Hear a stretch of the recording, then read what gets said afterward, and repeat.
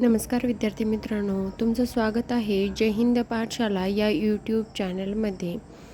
आज आपण राष्ट्रीय लोकसंख्या धोरण 2000 जे की अर्थशास्त्राच्या दृष्टीने खूप महत्त्वाचं आहे. व्हिडिओ शेवटपर्यंत पहा.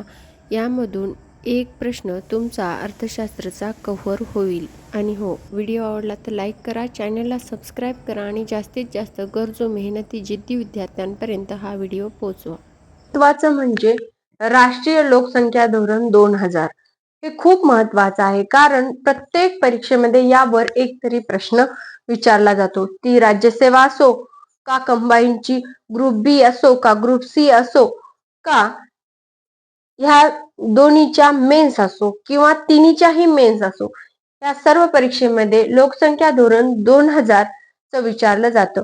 तर या 2000च्या लोकसंख्या धोरणामध्ये 3 प्रकारची उद्दिष्ट ठेवलेली होती. ती कुठलं होतं? तर एक म्हणजे तातडीचं उद्दिष्ट, ज्यामध्ये एकात्मिक आरोग्य सेवा सुधारायच्या होत्या, त्याचबरोबर आपल्या देशाच्या पायाभूत सुविधा सुद्धा उपलब्ध करायच्या होत्या, रस्ते वगैरे बांधायचे होते.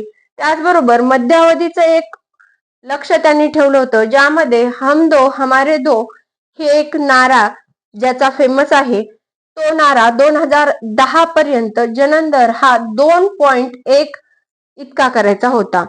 म्हणजे आपल्याला हम दो हमारे दोन मुलं असं मध्यावधी 2010 पर्यंत करायचं होतं. आणि दीर्घकालीन विचारात घेतलं तर 2045 पर्यंत आपली लोकसंख्या ही स्थिर करायची होती. आता दुसरे उद्दिष्ट काय होते? तर माता मृत्यू दर हा 100 पेक्षा खाली आणणं होतं.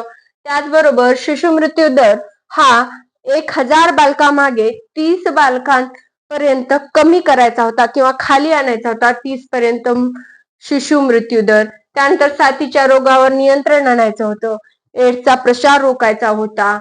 त्याचबरोबर 80% प्रसूती म्हणजे डिलेव्हरी, 80% डिलेव्हरी ह्या दवाखान्यात झाल्या पाहिजे आणि 100% डिलेव्हरी ह्या कुशल व्यक्तीनेच केल्या पाहिजे.